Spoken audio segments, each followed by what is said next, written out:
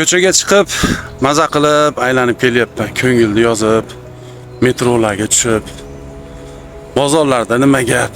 Bugun yakshanba, obedgacha dam oldim.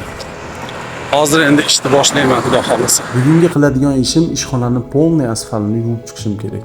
Suvni naporini tekshirish uchun osmonga sepib, o'zim ham salqinlab oldim.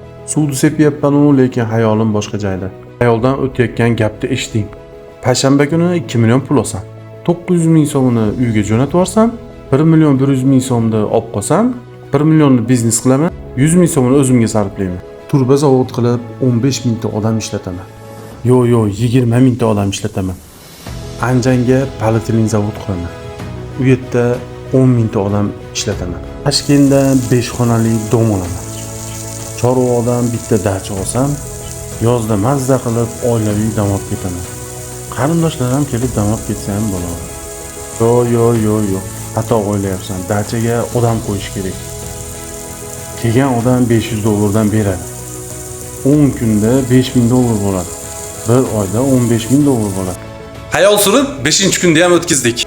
Shotimiz 800 ming so'm bo'ldi. Shu kelayotgan hayit kuni biznesni boshlaymiz. Yangi g'oyalar, bizneslarda o'tkazib yubormaslik uchun podpiska bosib qo'yinglar.